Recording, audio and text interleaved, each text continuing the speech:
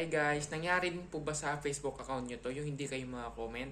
Tara, samahan nyo ako, isi-share ko sa inyo. So ayan guys, good morning.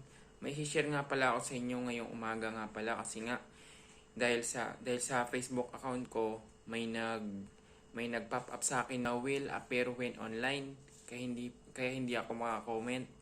I-share ko nga pala sa inyo kung ano yung tamang diskarte nga pala para mawala yun at saka makapag-comment kayo sa Facebook account nyo. Yung gagawin nyo lang pala is hayaan lang pala kasi kusa lang siyang mawawala tapos balikan nyo lang siya ng mga 3 to 4 hours kasi ako kanina nagtry ako na kasi comment ako ng comment kaya syempre alam nyo naman kapag once na maraming nagko-comment syempre talagang re-replyan nyo talaga yun, makikipag-engage ka. Yung ginawa ko is nagantay ako ng 3 to 5 hours, inantay ko na lang siya. Yun hanggang sa nakasend ako ulit.